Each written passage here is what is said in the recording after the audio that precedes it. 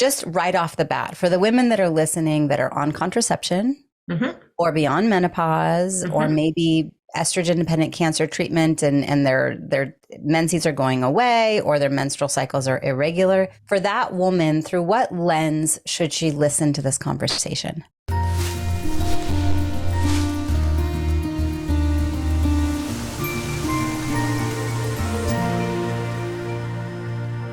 There's actually a couple. So it'd be very easy for me to say, just simply follow the lunar cycle. Because if someone who's listening, they're the type of person where they need like literal instruction, and I don't need it to be woo right off the bat. I need it to be a system that I can follow. Then I would say 100% tune into what the lunar phase is right now of the moon cycle. So the moon for us, moon and lunar interchangeably, we are so connected to the moon and to the rhythms that she moves through. We are so connected to the seasons that happen, throughout the year. But when it comes to the moon moves through on average about a 29.5 day rhythm and cycle. She does not ask permission for that. She doesn't like check in to make sure that's okay with anybody else. It doesn't shift and wane and wax as she does. The cycle is that the rhythms that happen within the cycle are broken into different phases. So for instance, when we have the new moon, which you don't see the new moon in the sky, the new moon, it's like the shadow side. It is really where energetically the moon pulls back and it's darkness. And that emulates what the menstrual cycle is like in most women's bodies. And it also is very representative of the season of winter, which is where we pull back. It's a very inward, introspective type of energy and vibe throughout the body. And it's actually a highly creative period of time.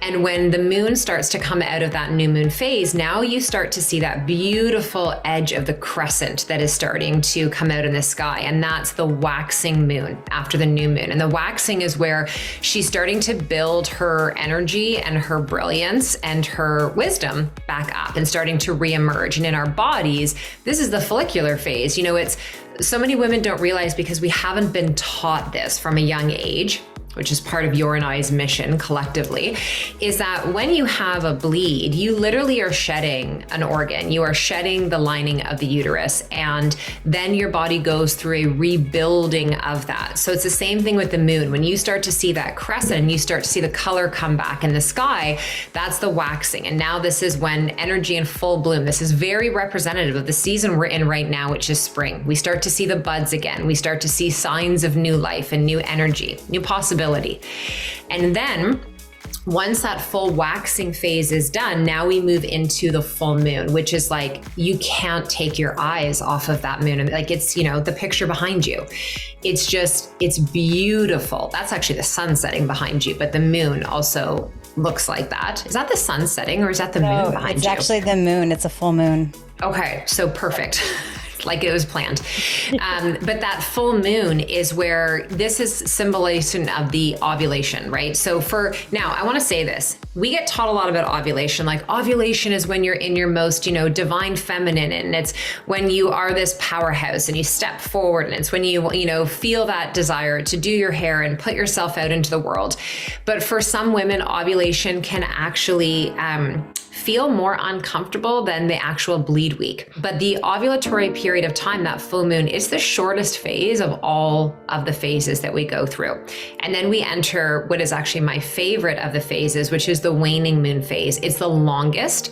So the waning gibbous moon phase, we actually move through multiple phases in that phase. And in a woman's body, this is referred to as the luteal or the luteal phase. And it is typically the longest, about 10 to 14 days. So this is that period of time in our body where if you're a woman that not only has a period, but you ovulate, this is like the really important thing to understand, is that phase in your body is happening after you ovulate up until you bleed again.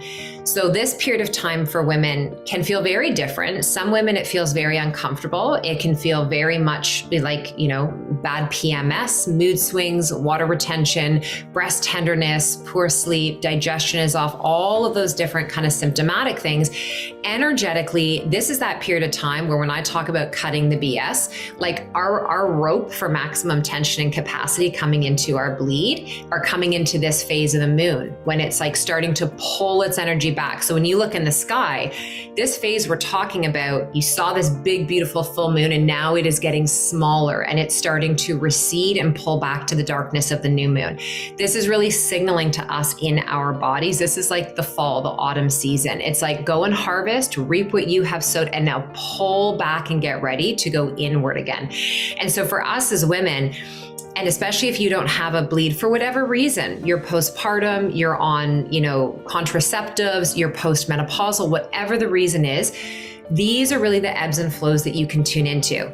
Now you'll notice when I described the moon phases, I also was very intentional about putting energy around how I was describing it, because regardless of what's happening in the sky, in the cosmos, in the seasons, what is happening in your body? Like, how have you been sleeping?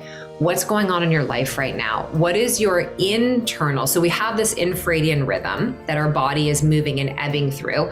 And then we have life that comes at us. And then our nervous system has a response to our life, what we feel, what we experience, what we consume, like literally and energetically, how we move, all of those different bits and pieces. And then your body shows up and she says to you, this is actually what I have in me today.